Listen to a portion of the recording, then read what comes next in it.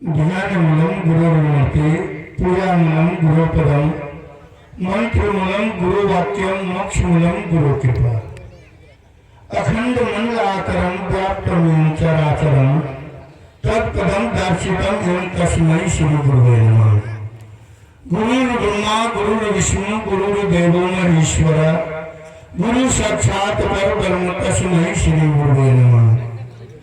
यत्र योगेश्वरः कृष्णो यत्र पार्थो धर्मधरः तत्र श्री विजयवती दुर्वा नितिर्मतिम् अनन्याचिन्तो मामे जना प्रपास्ते तेषां नित्याभियुक्तानां योगक्षेम वहाम्यहम्। स्मृते सकल कल्याण भागं नेत्र जायते पुरुषं तं जं नित्यं वज्रामि शरणमहि। सर्वेश्वरं कारेषु त्रय स्त्री भुवनेश्वरा देवादिशन्तु न सिद्धि ब्रह्मशां जनार्दन। विश्वसं माधवं दंपानि च भर्गं वंदे काशी गुहां गंगा भवानी मणिकर्णिकं। विनायकं गुरुभानु ब्रह्म विष्णु महेश्वरां सरस्वती तन्यादो सर्वकामार्थसिद्धे। ओम नमः सर्वविकारठाय जगदाधार हेतवे षष्ठांगो एवं प्रणामस्ते पत्नी मया कृपा पापो अहं पाप कर्माहं पापात्मा पाप संभव त्राहि मां पार्वतीनाथ सर्व पाप हरो भव। सबसे पहले मैं ये जो सनातन धर्म रक्षा मंच के आयोजना करने वाले ओम शांति ब्रह्म कुमारी राजयोग ओम शांति बहन को मैं साष्टांग दंडवत करता हूँ।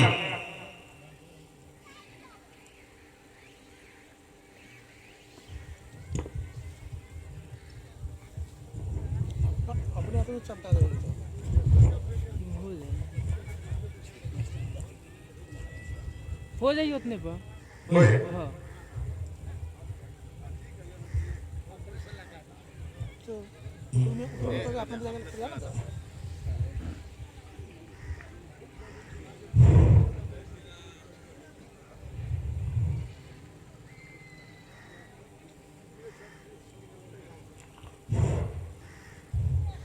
और यहाँ उपस्थित हमारे भक्तजन संत महात्मा और श्रद्धालु भक्त एवं माताएं बहनों में मेरा साष्टांग दंडवत स्वीकारे और जय श्री राम जय श्री राम जय श्री राम। कहा गया है कि दयावान सो देश धनी कहत वेद बुझलोई राम भक्त जहां तुझे धन्य जाति को सोई। मानव में भी धन्य जाति धन्य वर्ण धन्य गोत्र वही है जो भगवान के शरण में आ गया है, जो भगवान का भक्त हो गया है और भगवान की भक्त होकर गुरु से दीक्षा युक्त होकर जो भगवान के शरण में आ गया है वो मानव धन्य है। उसी का ये मानव तन पाया हुआ सार्थक है। जो अभी तक अपनी गला को खाली रख पाया है वो अभी तक अपने मानव तन को सार्थकता क्या होती है और मानव तन लेने का जो है लक्ष्य क्या है और मानव तन पाकर मुझे भक्ष्य क्या करना है और मुझे क्या भक्ष्य नहीं करना है, इसी के बारे में जो है स्कूल कैंपस के टीचर नहीं बता सकते हैं।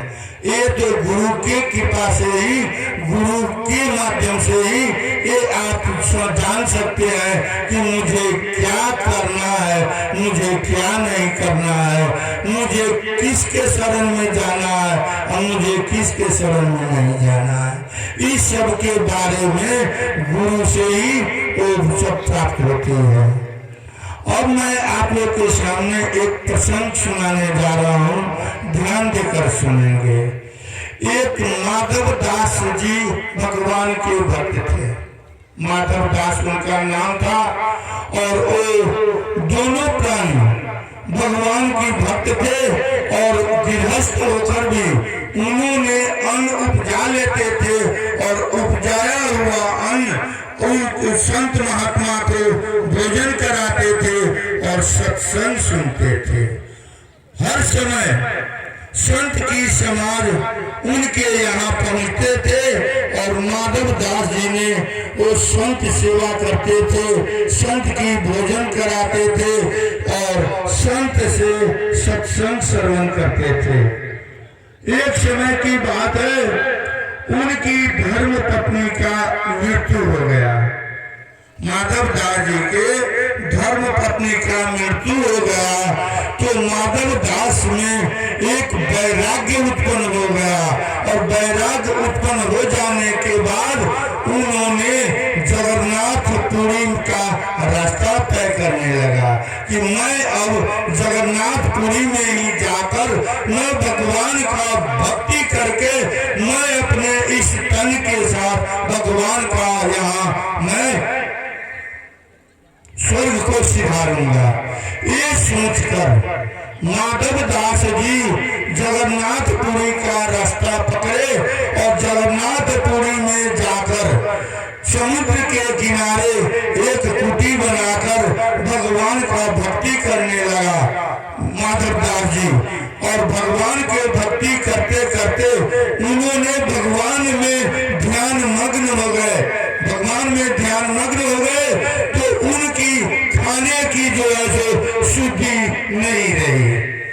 भक्ति में जब लीन हो गया तो खाने की शुद्धि नहीं रही तो उनको 2-4 दिन खाया हुआ हो गया, भूखे ध्यान मग्न हो गए और भूख की शुद्धि नहीं रही।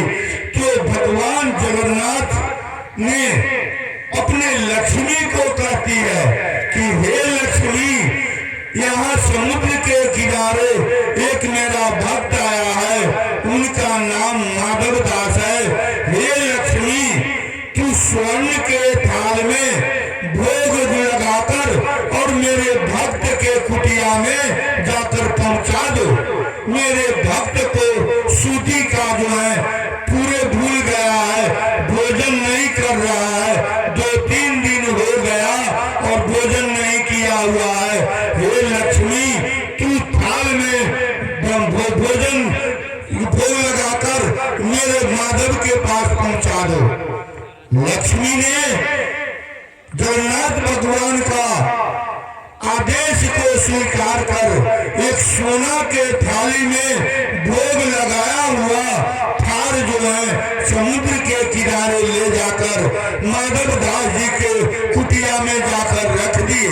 माधव दास तो ध्यान में थे, कौन आया कौन गया उसको उतना शुद्धि, संसार की शुद्धि उनमें नहीं थी।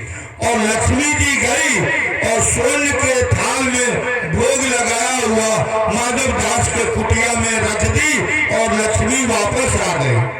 कुछ समय के बाद माधव दास जी का ध्यान टूटा और स्वर्ण की थाल में भोजन देखा।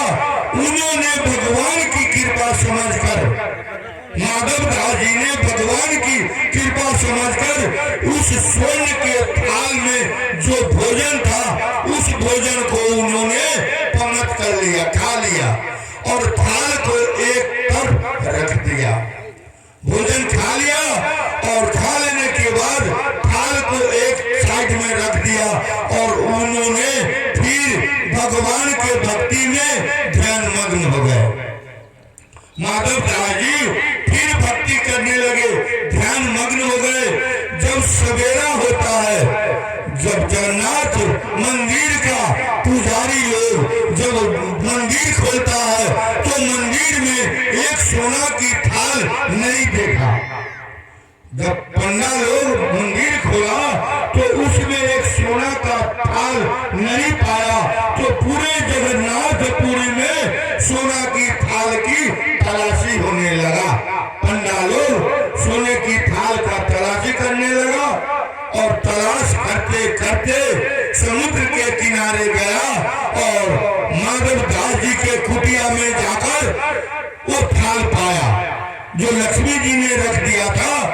वो थाल जो है पंडा लोग माधव दास जी के कुटी में पाया और पंडा लोग ने उस माधव को चोर कहकर उसको बड़ा मारपीट किया, उसको बड़ा मारपीट किया और मारपीट करने के बाद लोग वो थाल लेकर जो मंदिर में आते हैं, तो मंदिर में आने के बाद भगवान जगन्नाथ जी ने पंडा लोग को स्वप्न दिया रात में कि आज तूने मेरी जो एक थाल